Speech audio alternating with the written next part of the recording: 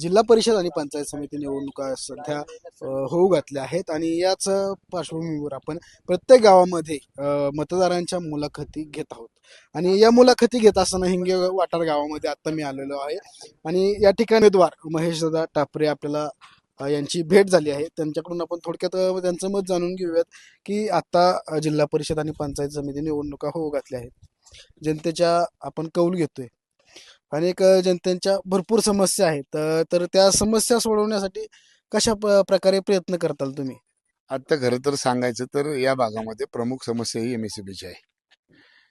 कारण काय आलंय की ह्या ज्या गावामध्ये हिंगेवाटरमध्ये आपण उभं राहिलो, ह्याच हिंगेवाटर गाव, टापरेवाडी आणि नावी, ह्या 3 गावांना परिंचे फिडरवरून त्यांना लाईट जोडलेली आहे. इतर सर्व गावामध्ये दिवसा लाईट आहे. इथं मात्र रात्रीची लाईट आमच्या शेतकऱ्यांना दिली जाते.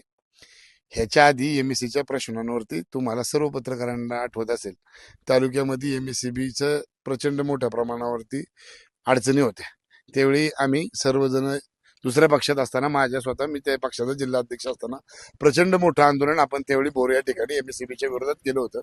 त्यावेळी तालुक्याच्या प्रमुख अधिकाऱ्यांना बदलण्यापासून तालुक्यातील शेकडो खांब, अनेक डिप्या संपूर्ण तालुक्यामध्ये बसवण्याचं काम त्या खाली माझ्या नेतृत्वाखाली आंदोलन झाल्यानंतर त्या ठिकाणी केलं होतं. हाही प्रश्न येत्या काही दिवसात आम्ही 100% एमएससीबीचा सोडवण्याचा प्रयत्न करू.